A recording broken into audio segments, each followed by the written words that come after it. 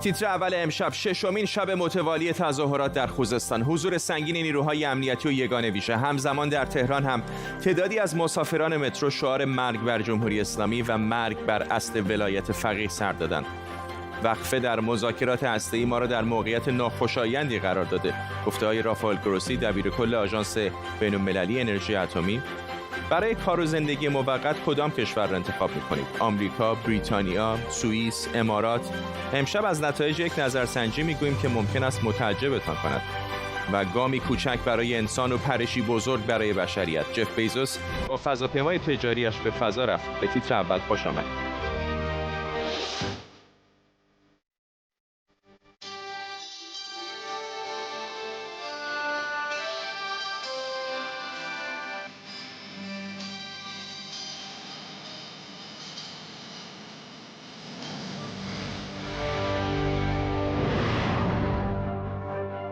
سلام به شما. با وجود سرکوب شدید، اعتراضهای خوزستان به بحران بیابی در شهرهای مختلف این استان ادامه داره. در ویدیوهای منتشر شده در شبکه‌های اجتماعی حضور نیروهای امنیتی و یگان ویژه به چشم میاد و صدای شلیک گلوله شنیده میشه.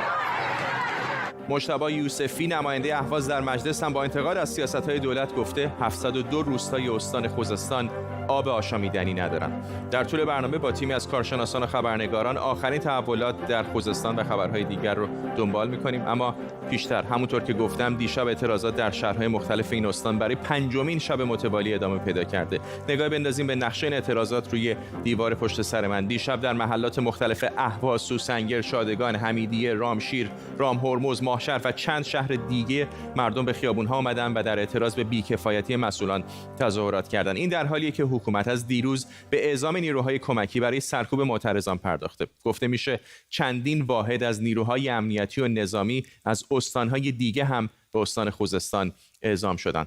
با وجود سرکوب شدید معترضان و تیراندازی به سمت اونها، این اعتراضات در شهرهای مختلف این استان ادامه پیدا کرده. در همین حال محسنی اژه‌ای رئیس تازه قوه قضاییه هشدار داده مردم به گفته او در زمین دشمن بازی نکنند. اعتراضات به بی‌آبی در خوزستان از چند هفته پیش شروع شده و از هفته پیش به شکل تجمعات گسترده در اومده.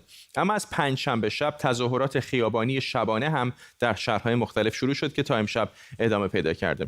کشته شدن دست کم 2 نفر بر اثر تیراندازی ماموران پلیس، بسیج و سپاه پاسداران تایید شده و گفته شده تعداد زیادی هم زخمی و دستگیر شدند. اما از خوزستان به تهران بریم. همزمان با شروع تعطیلی 6 روزه استان تهران و البرز، در شبکه‌های اجتماعی ویدیوهای منتشر شده از گروهی از مردم در ایستگاه متروی صادقیه که شعار مرگ بر جمهوری اسلامی سر میدن. ویدیو گفته شده برای امروز صبح.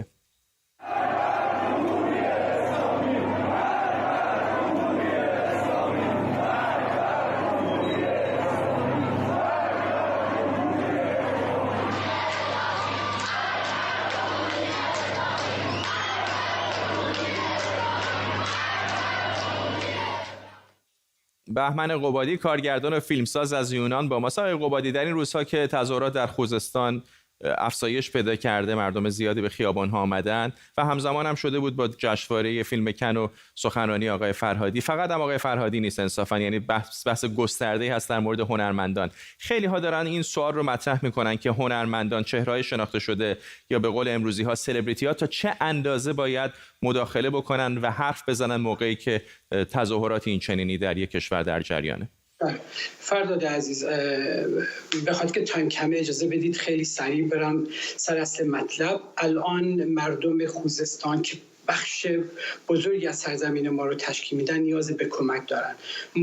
ما ایرانی ها، چه کرد، چه عرب، چه ترک، چه لور، ما باید کنار هم باشیم تا بتونیم هم صدا باشیم با این مردم رنج دیده و ستم دیده. نه فقط خوزستان، جاهایی بود که سیستان بلوچستانی ها داد میزدن از مرگ، کردها و کولبرهایی بودن و وضعیت اقتصادی بعدی که تو مناطق سنی مذهب هست. ما کمتر کنار هم هستیم. امروز رو سخت سخت‌ترین روزهایی که تاریخ و ایرانی‌ها در طول تاریخ به خودشون دیدن و باید بیشتر کنار هم باشیم و هنرمندها که همچنین. ما آقای فرهادی رو به عنوان یکی از فیلمسازا، من اینجوری بگم، من ارادت خاصی بهشون دارم و میخوام ارادتم رو الان تقدیم کنم بهشون. ایشون به قول بهروز برادرم پدیده در سینما ایران، مثل همه پدیده‌های عالی سینما ایران، از کیارستمی بزرگ بگیرید تا آقای بیضایی تا تقوایی مرجویی و خیلی های دیگه. و ایشون سینمای ایران رو به سمت دیگه برد که لازم بود. سینمای شلوول ایران داشت به سمت انحطاط میرفت و فرهادی اومد تمرین فیلمنامه‌نویسی و بازیگری داد که من بابت این خیلی خوشحالم. به خودم میبالم که یک فیلمساز ایرانی اینجوری داریم و بابت جایزش هم با جمشید اکرمی پریدم هوا، چون افتخاری برای کشور آورده.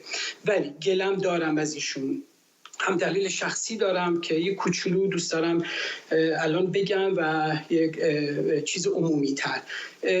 زمانی که ابوظبی بودیم یادم خانم نسرین میشاب تهیه کنندش بود، به من گفتن که در مورد سینما ایران حرف بزنم، گفتن که میشه آقای فرهادی بیاد کنار شما، گفتم حتما.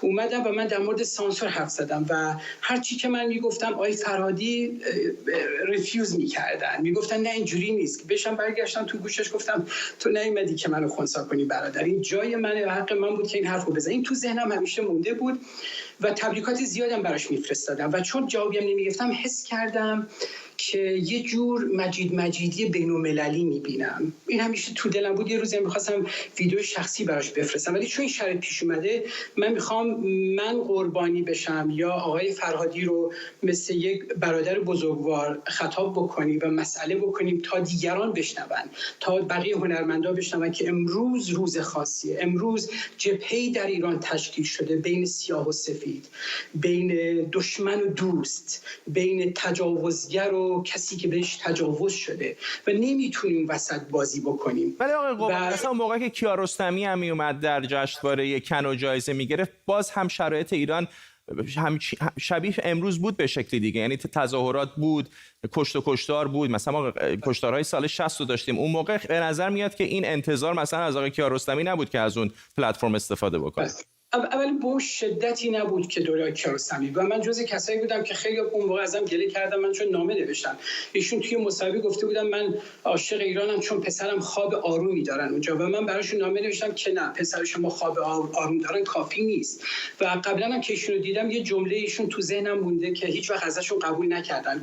گفت به من که تو خیلی احمقی که از ایران رفتی. گفتم چرا؟ گفت ایران بهترین جایی که میشه توش کاشت و توش برداشت کرد. من گفتم آقای کیارستمی اندازه کافی کاشتیم و برداشت کردیم، بذاریم حالا کاشت بیشتری داشته باشیم، دیگران بردارن بکارن.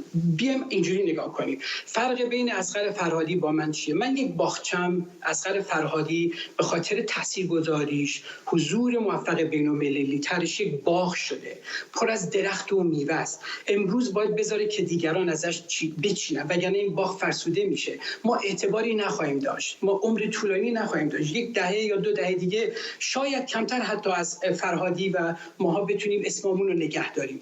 آنچه که به ما دادن مردم باید الان پس بدیم. ما بدهکارشون هستیم. همیشه مثال میزنم، به آقای فرهادی، به خودم، به دیگران میگم ما مثل سربازایی هستیم که اسلحه‌مون دوربینه. توی جبهه‌ای هستیم که 5-6 تا سربازا و هموطنانمون زدن، نمیتونیم با یه اسلحه هم میتونیم با یه اسلحه تیراندازی رو بکنیم، با دوربین فیلممو بسازم، از این دادم بزنم که کمک کنید یه عده اینجا دارن میمیرن و الان تایم تو نمیتونی برادر زخمی. ببخشید خیلی کوتاه میپرسم، اگر میگید اسلحه‌اش دوربینه و بعد اگر بیاد فریادهای اون چنینی بزنه، شاید به زعم او و بسیاری دیگر اون اسلحه رو ازش بگیرن.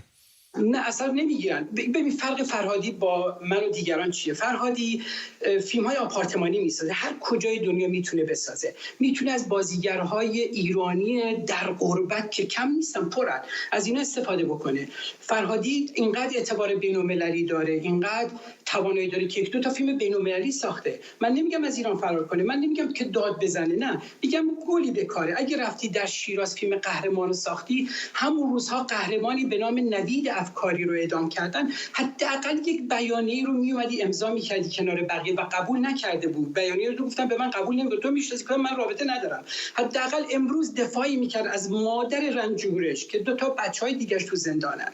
این گله من کسی نمیاد فرهادی رو بابت دفاع دفاع از مادر نوید افکاری زندان بکنه. کسی نمیاد از فرهادی گله بکنه در تریبون بین‌المللی کم بگه به مردم خوزستان نیاز به کمک دارن. در این حد مجبور نیستی که تو مستقیم در موردش حرف بزنی. به یه چیزی به شما بگم، مثل اینه که شما به یک راننده کامیونی که امروز شاید تو خوزستانه، راننده تاکسی که امروز داره میره بیرون، فرقی بین راننده تاکسی با من فیلمساز نیست، فرقی بین فرهادی با یک معلمی با 7-8 تا بچه و داره میره خیابون و کشته میشه نیست. من نمیگم فرهادی بره بمیره، نمیگم فرهادی باید باشه، افتخار ملی ماست و ما باید بیایم اول با زبون نر با هم دیالوگ بشه. فرهادی رو دعوت کرد به جبهه دیگه. وسط موندن به نظر من اشتباهه. فرهادی احتمال داره نفهمه اینو و میشه دعوتش کرد، میشه با دیالوگ بهش بگیم که عمر کوتاهی داریم. بله. من دوست دارم ماندگاری فرهادی رو تو تاریخ سینما ایران اگه یکم به مردم حمایت مردم رو داشته باشه. یه چیزی در مورد مصاحبه‌ای که داشت من دیدم، مثلا نوشته بود آگاهی سازی مردم. این جمله بود که من میگم آگاهی سازی فرهادی میتونه این باشه کمک کنه به نسل جوان فیلمسازا، چند تاشو ببره سر صحنه، میتونه کلاس‌های رایگان فیلمسازی بذاره تو شرایطی که مردم در فقرن، نه اینکه کلاس‌های فیلمسازی در مراکز فیلمسازی بذاریم و پولی تهیه کنیم. آقای فرهادی و من اجازه بدید، ما نباید بترسیم از این که جمهوری اسلامی ایران شاید فیلم ما رو به اسکار نده. اسکار دیگه نیازی نیست. آقای قبادی این بحث داغی هست و ادامه دار، میدونم به خصوص در شبکه‌های اجتماعی در این روزها زیاد بود. امیدوارم خود آقای فرهادی هم در برنامه ما شرکت بکنه روزی. من بعد از شما خداحافظی بکنم چون فرصت متاسفانه به پایان. جملتون رو تمام بکنید. یک جمله کوتاه. جایی که ایشون در مورد بحث بازیگران هنر، آیه فرهادی باید دست هنرمندایی رو بگیره که بیشتر کنار مردمن. گرفتن هنرمندها، شاید امثال مثلا امیر جدیدی آدم بدی نباشه، ولی میشه غیر مستقیم بهش درس داد که در فیلم‌های آنچنانی بازی نکنه. آقای فرهادی اگه میخواد نشون بده با مردم، حداقل میتونه از عوامل مردمی تری استفاده بکنه که نشون بده که با رژیم نیستن. و یادتون نره مهمترین مسئله که آخرین جمله منه، جمهوری اسلامی ایران یه تار عنکبوت پهن کرده و در بخش بین‌المللی خواسته یا ناخواسته فرهادی باید مواظب باشه. امثال بازیگرایی که داشت که طرفدار رژیم بود، اینا رو بیشتر و بیشتر نکنه، اون طیف رو قوی‌تر نکنه، صدای مردم باشه و طیف ضعیف هنرمندان. خیلی ممنون. سپاسگزارم از شما. بهمن قبادی، کارگردان فیلمساز از یونان با ما. محمود احمدی نژاد رئیس جمهوری سابق ایران در پیامی ویدئویی با معترضان به کم آبی در خوزستان اعلام همبستگی کرده و گفته مردم خوزستان به حق صدای اعتراضشون رو بلند کردن. احمدی نژاد با انتقاد از برخوردها و روش‌های امنیتی گفته که در کشور ما تحت تاثیر باند فساد امنیتی با هر نوع مطالبه مردم و هر اعتراض مسالمت‌آمیز مردم برخورد میشه. متاسفانه در کشور ما تحت تاثیر باند فاسد امنیتی هر نوع مطالبه مردم، هر شکایت مردم، هر اعتراض مسالمت‌آمیز مردم باش برخورد میشه. بلافاصله اون باند امنیتی وارد میشه، 2 تا کار میکنه. اول اینکه به خشونت میکشه، میاد درگیری درست میکنه، آتش میزنه، تیراندازی میکنه، به خشونت میکشه و بهانه سرکوب مردم رو میده. و دوم اینکه خواست حق مردم رو منتسب میکنه به بیگانگان و گروه‌های ضد انقلاب یا وابسته به بیگانه، باز هم بهانه سرکوب رو میده و راه اعتراض مسالمت‌آمیز رو بر مردم میبنده. بعد هم با گستاخی میگن که ما فقط به سرهای مردم شلیک نکردیم، به پاها هم شلیک کردیم. خب مردم چه باید بکنن؟ جابر رجبی، تحلیلگر مسائل سیاسی از تهران با ماست. آقای رجبی، آقای احمدی نژاد آیا قبل از ایران رئیس جمهور جای دیگری بود یا آشنایی داشت با نظام جمهوری اسلامی؟ سلام خدمت شما. ببینید مسائلی که آقای احمدی نژاد امروز مطرح میکنه مسائلیه که چکیده که از پشت پرده ها دیده. نکته مهمی که امروز آقای احمدی نژاد مطرح کرد اون مصوبه است که اشاره میکنه به اینی که باید خوزستان عقب بماند چون احتمال جنگ هست. این همون خیانت باند فاسد امنیتیه. امروز اگر مردم ایران رو متهم میکنن به تجزیه طلبی مردم خوزستان رو، همونها کسانی هستن که میخواهند مردم قوم عربی که مانند همه اقوام دیگه در ایران هستند رو جدا بکنن از مردم. باند فاسد امنیتی باندی است که نفرات رو کنترل میکنه، گاهی مسئولین رو کنترل میکنه و این نیست که شما فکر کنید باند فاسد امنیتی چند اطلاعاتی هن. نه، باند فاسد امنیتی، کارنامه باند فاسد امنیتی رو در این 40 سال امروز نمونهش رو چکیده شما در خوزستان میبینیم. امروز خوزستان دردش اگر آبه که بدیهیاته. یعنی شما ببینید در 40 سالی که قرار بود ما عمق استراتژیکمون به کجا برسه، به قول خودشون عمق استراتژیک ما که خوزستان قلب ماه و بیشترین هزینه رو داده، امروز باید برای بهای خون بها بده برای آب. و این همون چیزی که حالا آقای احمدی نژاد و هر کس دیگری امروز باید کنار مردم ایستاد و از این مردم گفت. اون باند فاسد امنیتی کسانی است که من قبلا تو روز انتخابات عرض کردم خدمتتون، هر گونه تظاهراتی رو برنمیتابند، هیچ گونه اعتراضی رو برنمیتابند، شیوه اعتراض ها رو هر جوری که حرف بزنن میگن این آدم خارج وطن فروشه. اگر تظاهرات بیشتر بشه عملای خودشون آدمهای خودشون رو میفرستن، خراب میکنن، آتیش میزنن تا بتونن سرکوب کنن. اون باند فاسد امنیتی امروز متاسفانه با صراحت و با صدای بلند میگویم که داره کنترل میکنه مملکت رو، داره اداره میکنه. امروز آقای احمدی نژاد و هر کس دیگری، از بازیگر، از خواننده، از کارگردان، هر کس دیگری امروز باید کنار مردم بایسته. اتفاقا خوبه که آقای احمدی نژاد برای چیز کردن مردم، هوشیار کردن مردم از این پشت پرده ها بگوید چه کسانی هستند که قوم عرب رو در ایران فرزند خوانده خودشون میدونن، چه کسانی هستند که میآیند و به گروه‌های تجزیه طلب اتفاقا قدرت میدن تا مردم خوزستان رو سرکوب بکنن. امروز مردم خوزستان چه چیزی غیر از آب میخوان؟ درسته شاید مطالبه شهرهای دیگه آب نباشه، ولی مطالبه همه مردم مطالبه همه مردم این است که امروز ما میبینیم که این خوزستان شده کارنامه 40 سال اخیر و رد پای باند فاسد امنیتی رو در جای ایران میبینیم، به خصوص در خوزستان. آخرین کلمه ها باید بگم و من درخواست میکنم از مردم خوزستان مراقب این نفوذی ها باشن. اینها آدم‌های خودشون رو میفرستن و ای کاش به جای این همه خرج کردن برای سرکوب، این همه هزینه کردن برای خفه کردن مردم، برای از بین بردن اعتراضات به این بی‌عدالتی‌ها پاسخ بدن، مراقب نفوذی‌ها باشن. هیچ وقت مردم ندارن کشور خودشون رو به آتیش بکشن. قول عربا دیقالکم علی الاملا. ممنونم. جابر رجبی، فعال سیاسی و تحلیلگر سیاسی از تهران با ما.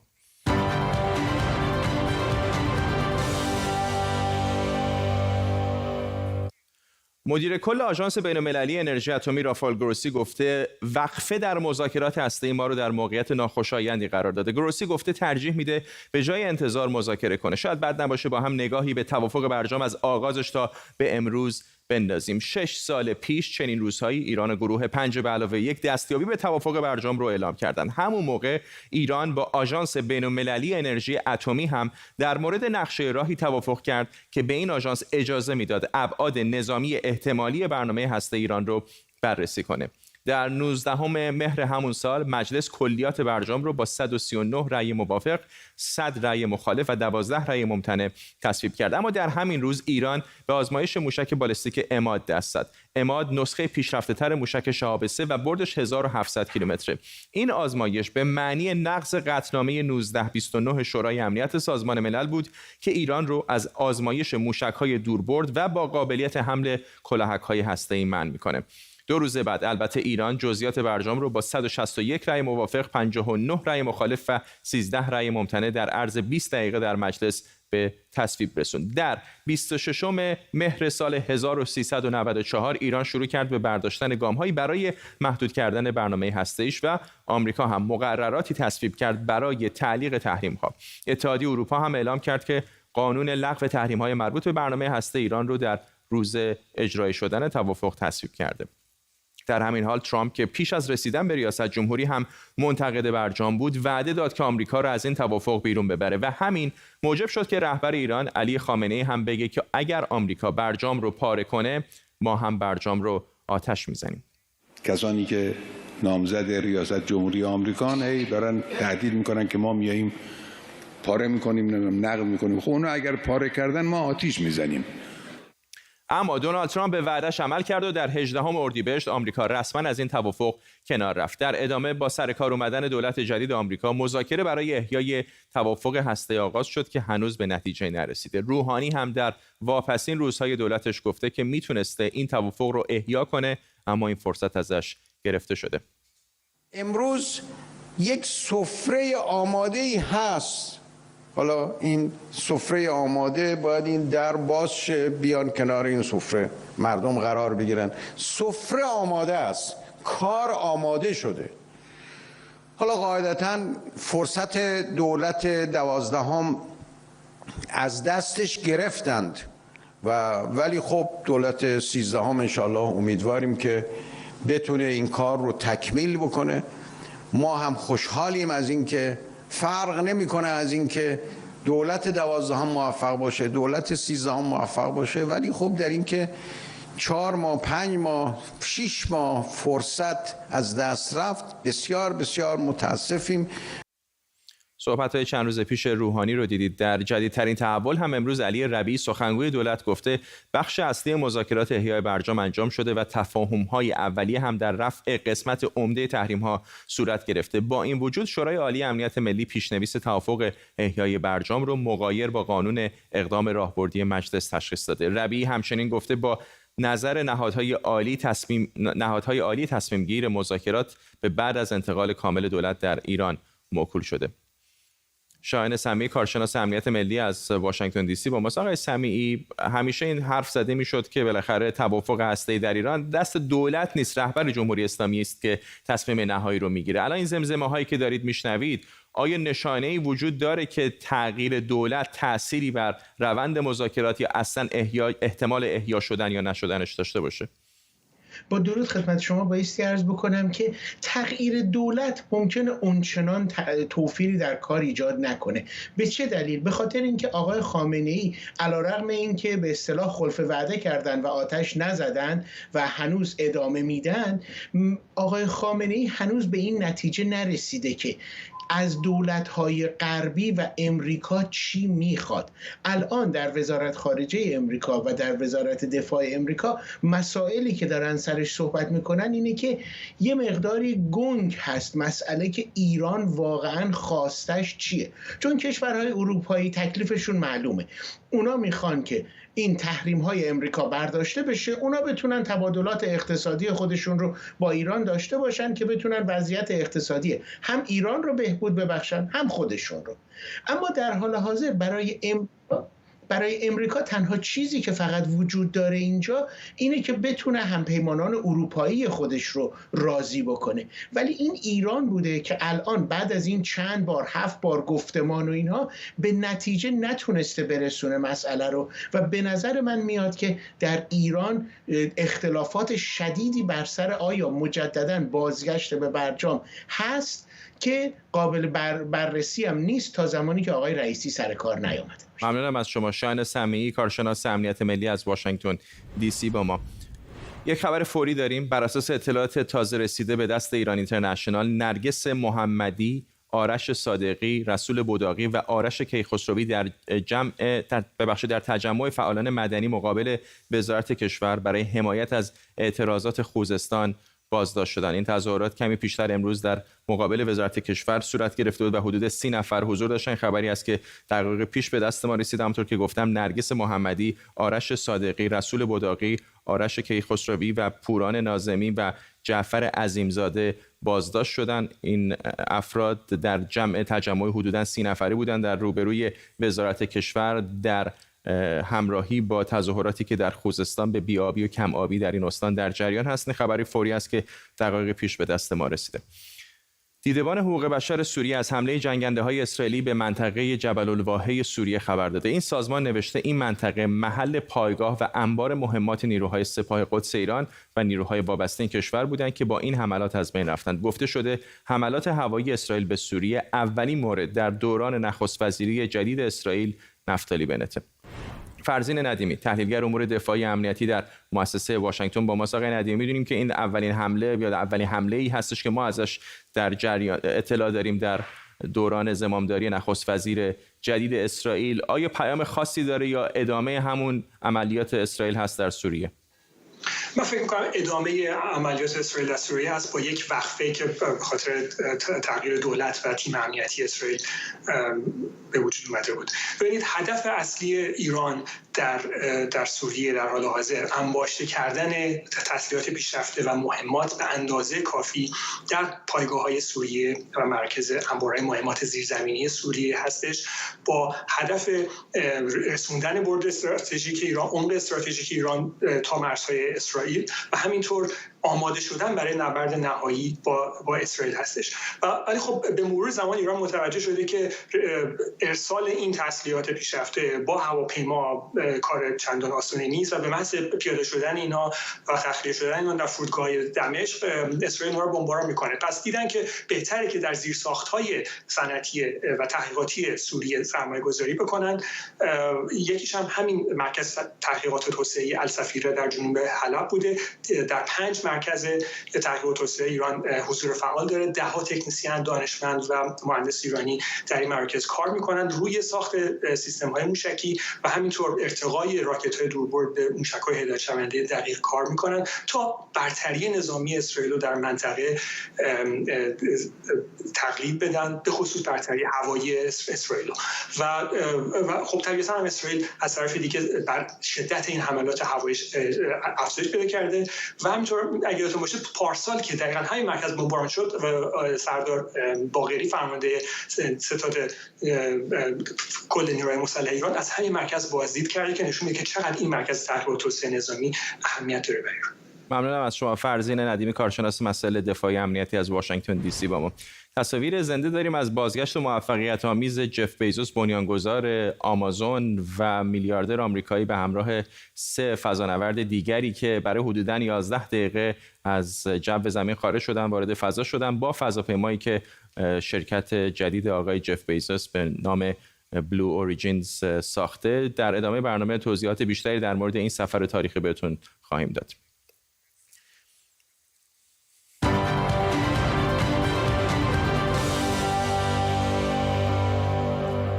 کمی قبل از 8:30 شب به وقت تهران هست. بیننده تیتر اول سه‌شنبه هستید. اگر از ابتدای برنامه ما را همراهی نکردید مروری دوباره بکنیم به سرخط خبرهای مهم تیتر اول امشب. تظاهرات در خوزستان با حضور سنگین نیروهای امنیتی و یگان ویژه برای 6مین شب ادامه داره. در تهران هم تعدادی از مسافران مترو شعار مرگ بر جمهوری اسلامی و مرگ بر اصل ولایت فقیه سر دادند. رافائل گروسی دبیرکل آژانس بین‌المللی انرژی اتمی گفته وقفه در مذاکرات هسته‌ای ما رو در موقعیت ناخوشایندی قرار داده. امروز علی ربیعی سخنگوی دولت ایران هم گفته تفاهم‌های اولیه برای لغو تحریم‌ها صورت گرفته اما شورای عالی امنیت ملی پیش‌نویس توافق احیای برجام رو مغایر با قانون اقدام راهبردی مجلس تشخیص داده. نتایج یک نظرسنجی میگه تایوان محبوب ترین کشور برای کار و زندگی موقته. اما چرا؟ 6, 5, 4, command engine start, 2, 1.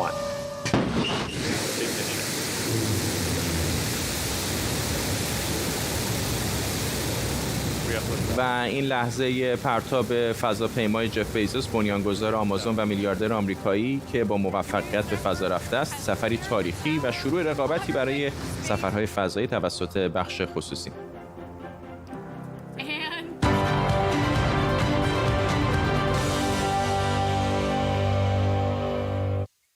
بیشتر درآمد مردم در تهران و شهرهای بزرگ ایران صرف اجاره خونه میشه، یعنی 64%. اما شاید جالب باشه که بدونید تا همین 2 سال پیش اغلب مردم نصف درآمدشون رو بابت اجاره خونه میدادن و در سال 84 فقط 24%. بر اساس گزارش تازه وزارت راه و شهرسازی، میانگین درآمد یک خانواده در شهرهای بزرگ ماهانه حدود 8 میلیون تومانه و میانگین اجاره بهای یک واحد مسکونی 75 متری چیزی حدود 5 میلیون و 250 هزار تومان. این یعنی تقریباً 2/3 درآمد خانواده‌های اجاره نشین صرف هزینه‌های مسکن میشه. این در حالیه که امسال میانگین اجاره بها در اطراف پایتخت تا 70% افزایش پیدا کرده و عملاً توجهی به مصوبه ستاد ملی مقابله با کرونا نشده که سقف افزایش کرایه‌ها در تهران رو 25%، در مراکز استان‌ها 20% و در مناطق اطراف تهران 15% اعلام کرده بود. 1/4 جمعیت شهرنشین ایران اجاره‌نشینند و آمارها نشون میده جمعیت اجاره‌نشین‌ها در تهران رو به افزایشه. به گفته معاون مسکن وزیر راه و شهرسازی، جمعیت مستاجران در تهران 43.6%. به عبارت دیگه نزدیک به نیمی از مردم در پایتخت فقط با حدود 1/3 از حقوق و درآمد ماهیانه‌شون زندگی میکنن و بقیه‌اش رو اجاره خونه میدن. روشنک آسترکی، روزنامه‌نگار اقتصادی، همراه ماست. خانم آسترکی، همیشه این افزایش اجاره ها در ایران وجود داشته ولی خب از اون طرف هم تورم بوده. چه اتفاق جدیدی داره در ایران میفته و چرا اینقدر تعداد کسانی که به سمت اجاره نشینی دارن میرن افزایش پیدا کرده؟ درود بر شما. ببینید این نکته‌ای که وجود داره این هستش که ما در کنار افزایش قیمت‌ها در ایران و تورم در ایران کاهش ارزش پول ملی رو داریم. یعنی میزان ارقام درآمدها اگر داره افزایش پیدا میکنه اما ارزش اونها مدام داره کم میشه. در مقایسه با این ارزش کم درآمدها و افزایش قیمت‌ها، شکاف بین هزینه و درآمد خانوارها افزایش پیدا میکنه و این افزایش شکاف بین درآمد و هزینه سبب میشه که خانواده‌ها نتونن هزینه اجاره رو پرداخت بکنن و خیلی ها مجبور هستن خانه‌هاشون رو بفروشن و هزینه جاری زندگیشون رو تامین بکنن. این مشکلی هست که در ایران باهاش روبرو هستن و همین باعث شده که جمعیت اجاره نشین طی سالهای گذشته افزایش پیدا بکنه و از طرف دیگه شکاف جمعیتی در ایران اتفاق بیفته، به ویژه در کلان شهرها، به طوری که جمعیت که در محله‌های متوسط ساکن هستن به جنوب شهر و کسانی که در جنوب شهر ساکن هستن به محله‌های حاشیه‌ای رانده بشن. ممنونم از شما روشنک آسترکی، سپاسگزارم. خواهش می‌کنم. اما در موضوع دیگه، اگر شانس این رو داشته باشید که یه مدتی در یک کشور دیگه کار کنید، کدوم کشور رو انتخاب میکنید؟ اولین جایی که به ذهنتون میرسه کجاست؟ آمریکا، سوئیس، ژاپن؟ امسال هیچ کدوم از این کشورها جزو 10 تا مقصد اول برای کار و زندگی در خارج از کشور نیستند. بر اساس نظرسنجی اکسپت اینسایدر 2021 که بیش از 12,000 نفر در 186 کشور دنیا در اون شرکت کردند، تایوان، مکزیک و کاستاریکا به عنوان بهترین نقاط دنیا برای زندگی و کار در خارج از کشور انتخاب شدند. در این نظرسنجی عواملی مثل امنیت و رضایت شغلی و مالی، هزینه‌های زندگی، آسونی جا افتادن در محیط و فرهنگ جدید و خدمات بهداشتی و در مجموع کیفیت زندگی در نظر گرفته شده. این رو هم البته باید در نظر داشته باشید که به هر حال با بحران همه‌گیری کرونا خدمات بهداشتی و سلامت هم بیشتر از قبل مورد توجه مهاجران قرار گرفته. تایوان در بین 59 کشور دنیا برای سومین سال پیاپی رتبه اول رو به دست آورده. کشوری که اونجا احساس امنیت شغلی و مالی دارید، از خدمات بهداشتی مناسب برخوردار میشید، هزینه‌های زندگی براتون قابل قبوله، به عنوان یک خارجی احساس امنیت میکنید و مردم تایوان هم خیلی دوستانه شما رو میپذیرن. این آگهی تبلیغاتی از دولت تایوان نبود، باور کنید. درسته که مکزیک در این لیست در مجموع رتبه دوم رو به دست آورده، اما از این جهت که شما به عنوان یک خارجی در محیط و فرهنگ اون کشور جا بیفتید و دوست پیدا کنید و احساس غربت نکنید، اوله. شاید سطح زندگی، مسائل بهداشتی و حتی امنیت اجتماعی در مکزیک چندان بالا نباشه، اما با توجه به عوامل دیگه مثل امنیت مالی و هزینه‌های کم زندگی و رضایت فردی تونسته بره بالای این لیست. کاستاریکا هم از جاهایی که اونجا خیلی زود جا میافتید و احساس خوشحالی میکنید، کار میکنید، پول در میارید، دوستای جدید پیدا میکنید و از یک طبیعت بکر و زیبا هم لذت میبرید. شاید از یه چیزایش مثل وضع تردد و وضعیت جاده ها چندان دل خوشی نداشته باشید، اما ویژگی های دیگش اونقدر مهم بودن که باعث شدن این کشور جایگاه سوم رو به دست بیاره. حالا از کشورهای صدر جدول بگذریم و این نگاهی به ته جدول بندازیم. کویت برای 7مین بار در 8 سال گذشته در قعر جدول قرار گرفته. این کشور به لحاظ کیفیت زندگی، شادی و رضایت فردی، سردرگمی، رفت و آمد و جا افتادن در محیط و فرهنگ جدید پایین‌ترین امتیاز رو گرفته. در ضمن بر اساس این نظرسنجی وضعیت شغلی هم در این کشور چنگی به دل نمیزنه. بعد از کویت ایتالیا قرار گرفته. مهمترین دلیلش هم این بوده که وضعیت مالی و اقتصادی برای خارجی‌ها خیلی بد شده و فرصت‌های شغلی هم خیلی کمتر شدن. بعد از ایتالیا میرسیم به آفریقای جنوبی که وضعیت اقتصادی مناسبی نداره و خیلی از مهاجرا و خارجی‌ها اونجا احساس امنیت شغلی و اجتماعی نمی‌کنن. همونطور که می‌بینید در بین 59 کشور فقط پرتغاله که در اروپاست. البته ایالات متحده آمریکا هم رتبه 34 رو داره، بریتانیا رتبه 45 و ژاپن از آخر 6 شده و ترکیه هم از آخر 8. خلاصه اینکه اگر یه روزی فرصت این رو داشتید که یک مدتی برای کار به یه جای دنیا برید، میتونید از تجربه آدمای دیگه استفاده کنید و بعد دلتون رو به دریا بزنید.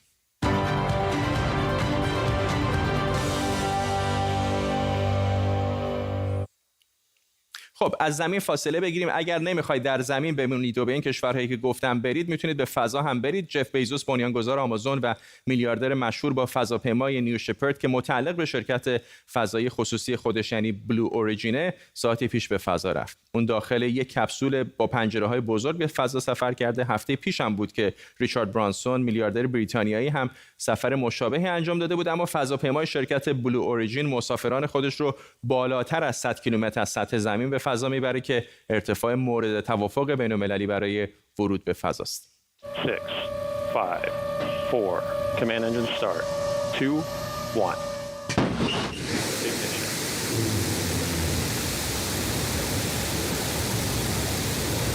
We have liftoff. New Shepard cleared the tower. And New Shepard has cleared the tower on her way to space. And touchdown. Welcome back, New Shepard's first human crew. پوریا ناظمی، روزنامه‌نگار علمی از اتاوا پایتخت کانادا با ماست. آقای ناظمی، حالا با کدومش بریم فضا؟ بستگی داره که اولا باید پولش رو داشته باشید. هنوز قیمت بلیت بلو اوریجین اعلام نشده، اما حدس میزنیم به خاطر ساختار فنی که داره بالاتر از قیمت ویرجین گالاکتیک باشه که حدود 250 تا 300 هزار دلاره. اگر برفرض که این بخش کوچیک ماجرا رو حل کردین، بخش ماجرا دوم اینه که چه تجربه‌ای رو می‌خواید داشته باشید. اگر مایلید یه تجربه طولانی‌تر، آرومتر و در واقع یه مقدار مفرح‌تر داشته باشید، احتمالاً ویرجین گالاکتیک گزینه بهتری هست به خاطر که طول سفر حدود 1 ساعت و نیم هست، اگرچه بخش عمده‌ایش رو در هوا طی می‌کنید و امن‌تر هست، راحت‌تر هستش. با هواپیما بلند میشین و در واقع در بخشی از ماجرا موشک اصلی جدا میشه، به ارتفاع بالا میره. فعلا 85 میتونه به 100 کیلومتر برسه و برگرده.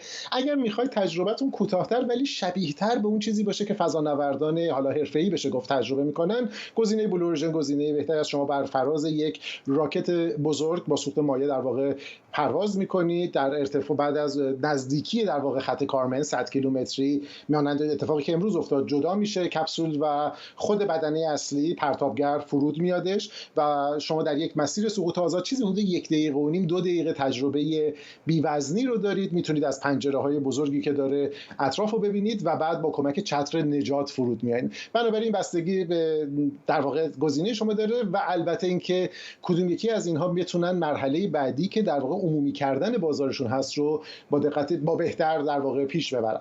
ممنونم از شما پوریا ناظمی، خبرنگار علمی از اتاوا پایتخت کانادا با ما. دوباره برگردیم به خبر فوری که کمی پیشتر بهتون گفتم. ساعتی پیش در تهران گروهی از فعالان مدنی، کارگری و حقوق بشر تجمعی در حمایت از معترضان خوزستانی در برابر وزارت کشور برپا کردند که با حمله ماموران امنیتی به اون چند نفر از تجمع کنندگان از جمله نرگس محمدی، آرش صادقی، رسول بداقی و پوران ناظمی بازداشت شدند. همطور که بهتون گفتم ساعتی پیش در تهران تعدادی از فعالان حقوق بشری و کارگری که برای همدردی با تظاهرات در خوزستان در روبروی وزارت کشور تجمع کرده بودند بازداشت شدن، از جمله خانم نرگس محمدی که تصویرش رو هم الان روی صفحه می‌بینید. هنوز مشخص نیستش که اتهام اونها چه هست و این بازداشت تا کی ادامه خواهد داشت. یک تجمع حدوداً 30 نفره بوده روبروی وزارت کشور در همراهی با معترضان خوزستانی که 6 روزی هست الان در اعتراض به کم‌آبی و بی‌آبی در این استان تظاهرات میکنن. 6 تشکل سینمایی از جمله کانون کارگردان‌ها با انتشار بیانیه‌ای به سانسور در شبکه نمایش خانگی اعتراض کردند. سانسور و حتی توقف پخش بعضی از سریال‌ها در نمایش خانگی در هفته‌های اخیر صدای اعتراض خیلی‌ها رو درآورده و حالا سینماگران از این واهمه دارند که بعد از بسته موندن سینماها به خاطر شیوع کرونا با دخالت‌های صدا و سیما امکان فعالیت در شبکه خانگی رو که تازه چند وقتی با رونق نسبی روبرو شده رو هم از دست بدن. همکارم امید حبیبی اینجا در استودیو همراه ماست. امید، شبکه نمایش خانگی هم بالاخره خب سانسورهای جمهوری اسلامی رو داره، ولی یه مقدار آزادی عمل بیشتری داشت نسبت به تلویزیون و سینما. آیا تغییر ایجاد شده و اعتراضا به همونه؟ خب اعتراضا دقیقاً به همونه، به خاطر اینکه در ماه‌های اخیر به خصوص تعداد سریال‌های خانگی که با مشکلاتی مواجه میشن خیلی زیاد شده. من بذار یه خلاصه‌ای بگم از تاریخچه این، خیلی در حد 1 دقیقه.